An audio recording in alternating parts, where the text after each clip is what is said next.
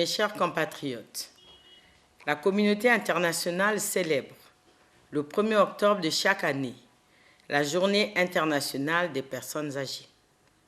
Cette journée, instituée par la résolution 45/106 du 14 décembre 1990 de l'Assemblée générale des Nations unies, a été célébrée pour la première fois le 1er octobre 1991 et a fait suite aux orientations du plan d'action international de Madrid sur le vieillissement adopté en 2002 par la deuxième Assemblée mondiale sur le vieillissement.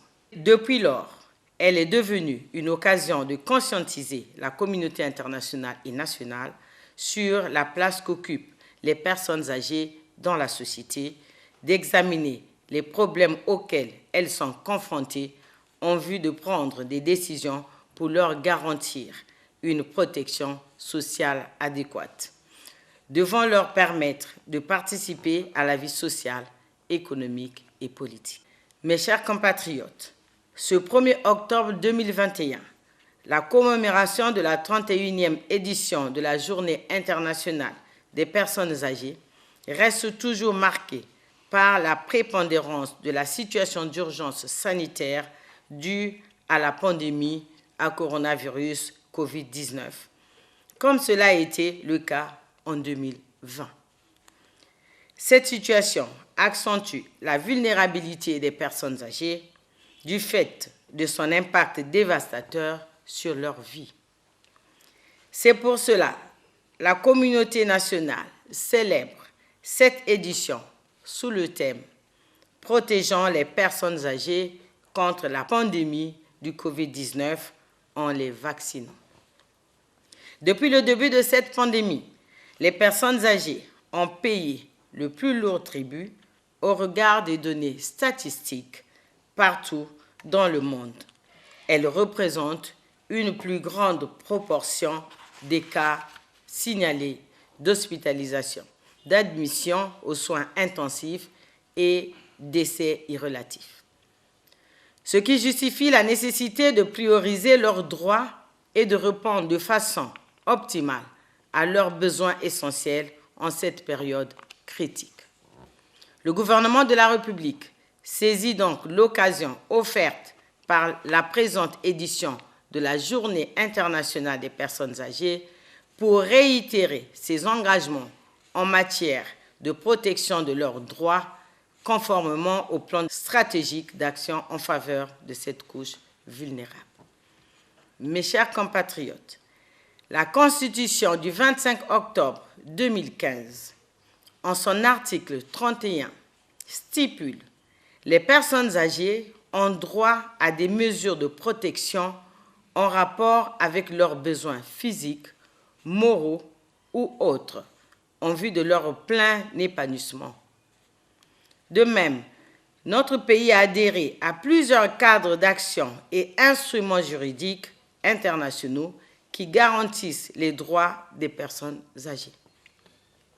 Dans cette optique, le ministère des Affaires sociales et de l'Action humanitaire a introduit dans le circuit d'approbation un projet de loi portant promotion et protection des droits de la personne âgée en République du Congo pour harmoniser sa législation avec les instruments juridiques internationaux.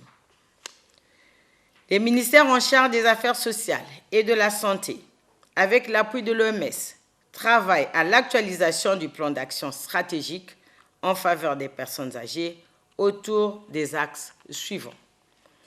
Renforcement du cadre juridique et institutionnel de protection des droits inclut le droit à la participation. Promotion et prise en charge de la santé des personnes âgées. Insertion économique et filet de protection sociale. Promotion d'un environnement favorable. Par ailleurs, les circonscriptions d'action sociale, qui sont des services d'action sociale de proximité, travaillent auprès des familles et des communautés pour la promotion et la protection des droits des personnes âgées. Mes chers compatriotes, en mars 2020, Dès la déclaration des premiers cas confirmés par la maladie à coronavirus Covid-19 dans notre pays, le président de la République, son Excellence M. Denis Sassou Nguesso, tout en décrétant l'état d'urgence sanitaire, avait décidé de prendre des mesures sociales en faveur des populations vulnérables, dont les personnes âgées. Ces mesures sociales ont été concrétisées par le renforcement des services sociaux, y compris les transferts monétaires en faveur des personnes âgées à travers le projet Lisungi. À ce jour, des dispositions sont prises par le gouvernement de la République avec l'appui des partenaires au développement pour sensibiliser la communauté, les familles et les hospices sur les enjeux de la protection des personnes âgées en cette situation d'urgence sanitaire liée à la pandémie à coronavirus Covid-19. Poursuivre les paiements à l'endroit des personnes âgées bénéficiaires de transferts monétaires du projet Lisungi.